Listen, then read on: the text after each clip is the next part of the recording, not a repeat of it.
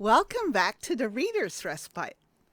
Today we're talking about a genre that quietly and then very loudly took over the manhwa world. Romance fantasy or RoFan. It's a genre that somehow manages to combine political intrigue, reincarnation, and gowns that look like they require their own structural engineering team. Yet it works.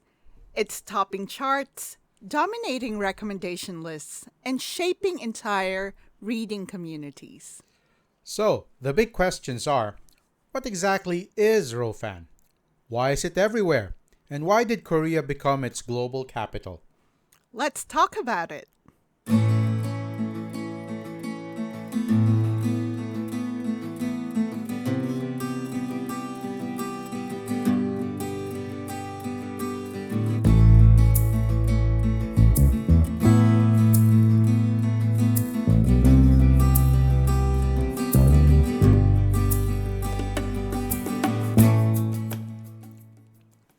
So, I always thought that romance fantasy is not a new genre. I remember reading stuff that happens to be a romance and also happens to be a fantasy. Yet somehow, this is a new genre in Korea. So, let's define our terms. When people say RoFan in this context, what do they actually mean? Well, at its core, it's a blend of romantic storytelling and fantasy world building, hence RoFan. But the modern version has a very specific flavor. You usually get a heroine who's transported, reincarnated, or reborn into a fantasy world, and a romance involving a powerful or high status male lead. So what defines a RoFan in this context is quite specific then. Exactly. And while the setup feels modern, it actually has roots that go back further than most people realize. So, RoFan, of course, didn't appear out of nowhere, did it? Not at all. Back in the 80s and 90s, anime was already experimenting with the exact cocktail we now call RoFan. There was Fushigi Yugi, Vision of Escaflowne, Magic Knight Rayearth. They were all sending ordinary schoolgirls into fantasy kingdoms. Yeah, I remember those. I even watched some of them when I was younger. These stories offered political crises, brooding princess, magic systems powered by destiny or vibes, and romances, which in this context, meaning romantic relationships. And they unfolded while the world was on fire. That's it. Our current modern RoFan looked at all of that and said, great start, let's upgrade. So, upgrade, huh? So what changed? Why does modern RoFan feel so different from its 90s ancestors? There were three very big innovations. First, agency. Early heroines were swept along by destiny. RoFan heroines look destiny in the eye and say, no thanks, I've read the novel. Yeah, I've never liked how the ladies in those 90s stories were loud, helpless damsels in distress. So in this case, modern RoFan heroines actually can do stuff for themselves. Yeah, they can. In most of these, they don't have to wait for their love interest to solve their problems. So secondly, there's the villainess revolution. Instead of the chosen heroine, RoFan centers around the unchosen girl, the villainess, the doomed noblewoman, and lets her rewrite her fate. What? Isn't the villainess the antagonist, the bad guy? No, not in this case. Villainess, because they occupied a role that typically was reserved for the antagonist of the story. But this time, they are actually the protagonist. It's a reclamation arc. The character who used to be a plot device becomes the protagonist through their own agency. Just think of it as the villainess not really being the villainess. Okay. I like that. So it's like an anti-heroine and all that. Good, good. So you said 3. What's the third?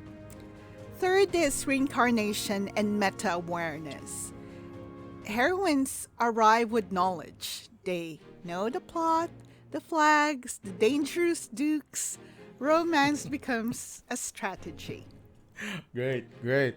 They come with cheat codes, do they? Yeah, they do. Okay. I haven't actually read much of these modern RoFan. But I've heard it said that RoFan is mostly copy and paste. And, from some of these synopses that I'm reading, I get where they're coming from.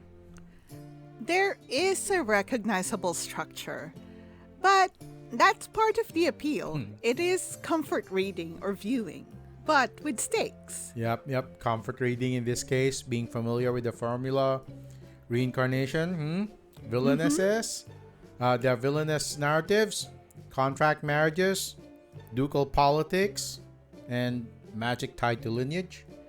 Yes, and the heroine who refuses to be passive.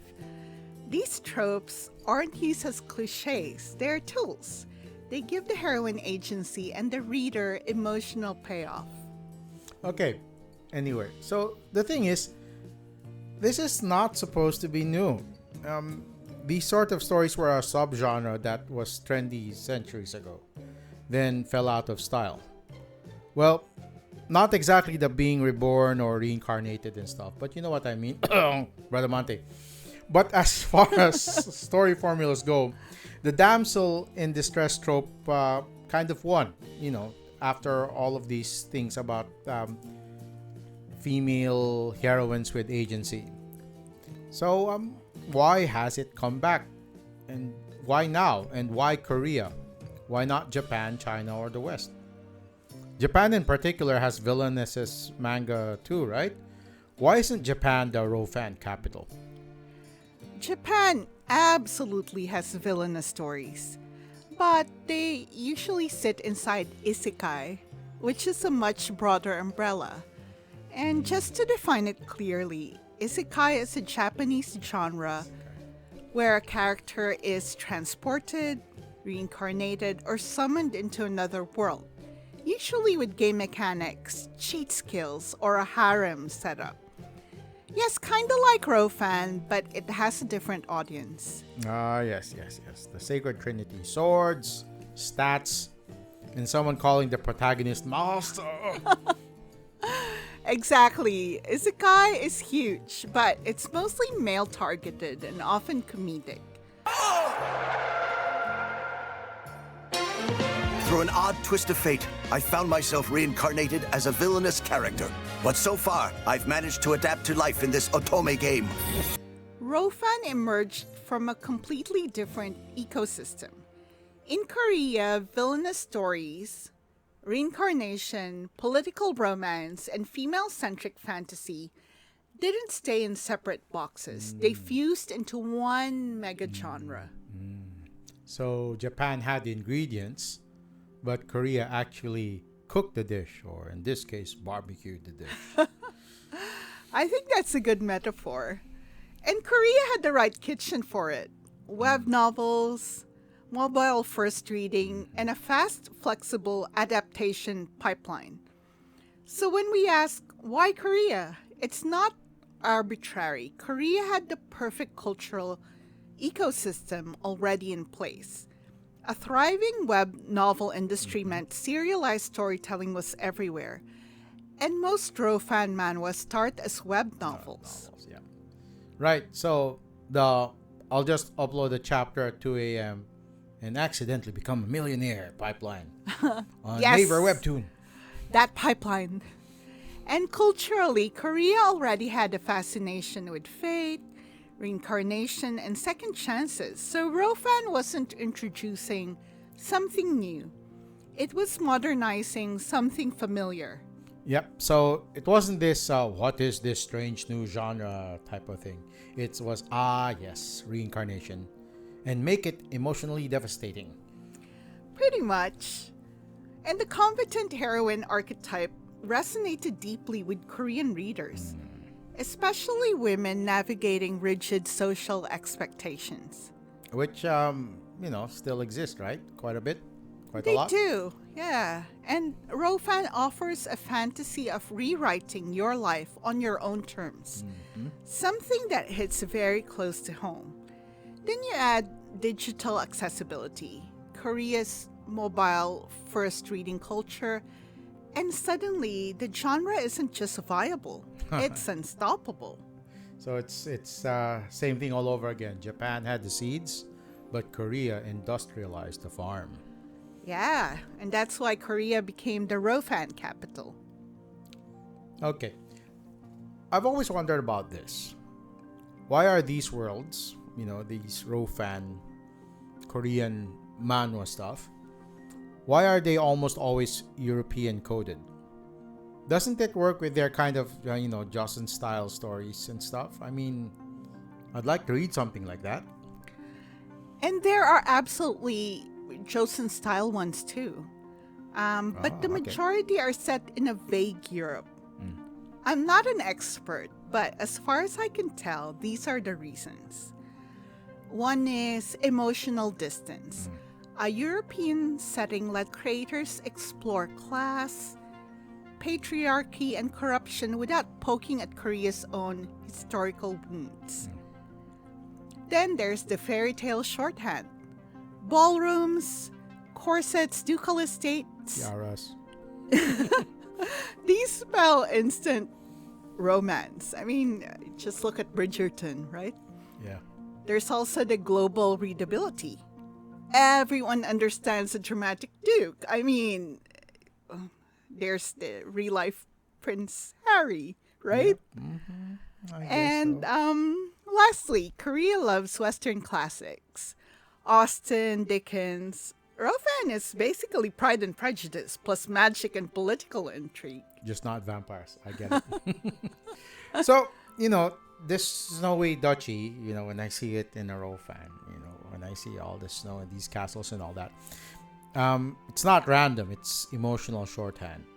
Because the Western/European settings allow the sort of emotional expression that typically does not happen in Korean culture.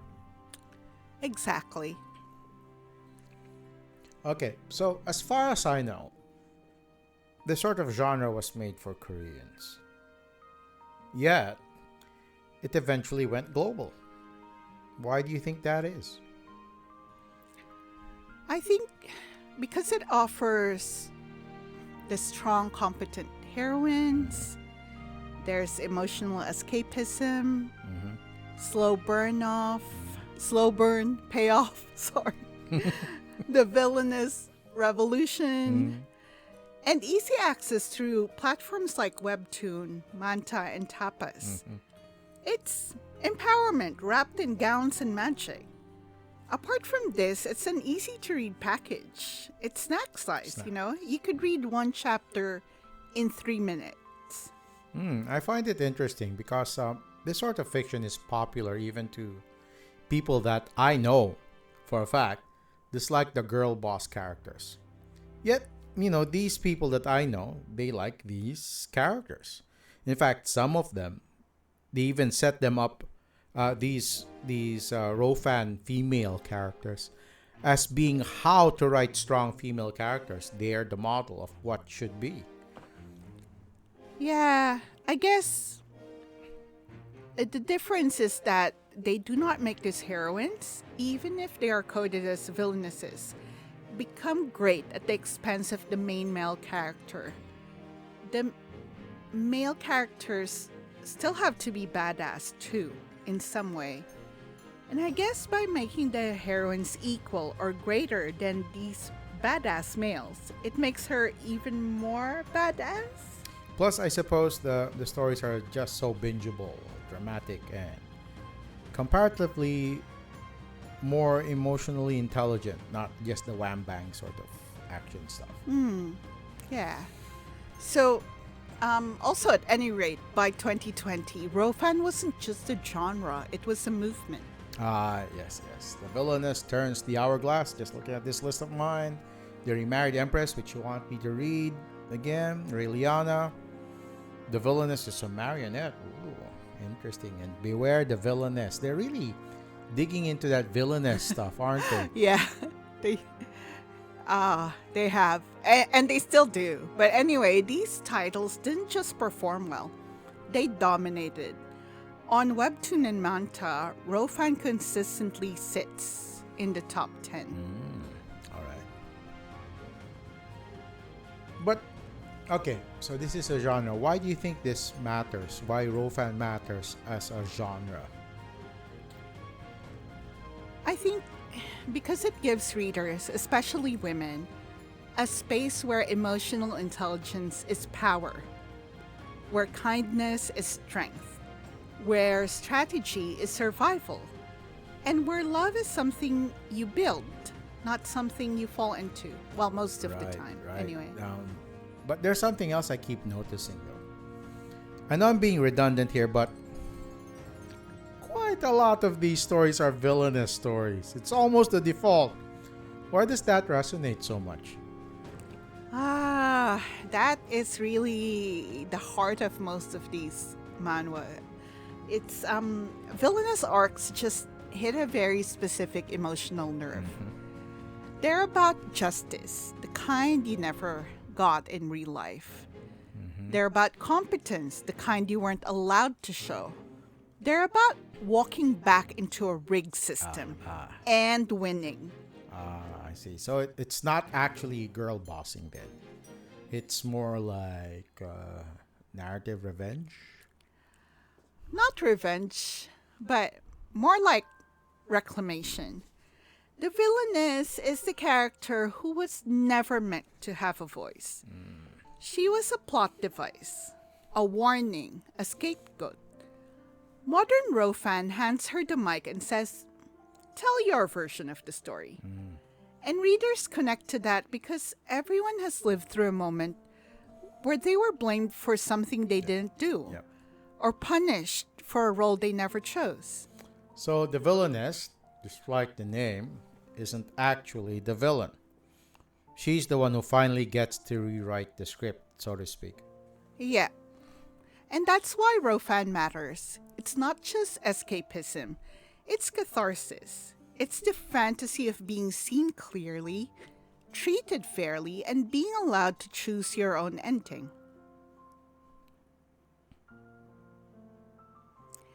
So that is romance fantasy. RoFan. What it is? RoFan for the man. Or woman. Woman. Why it's popular and how it took over. Yep, and in a future episode, Sabine will be convincing me to read a very popular RoFan. Again. Remarried Empress! I think you need to give it another shot. See you next time at Reader's Respite.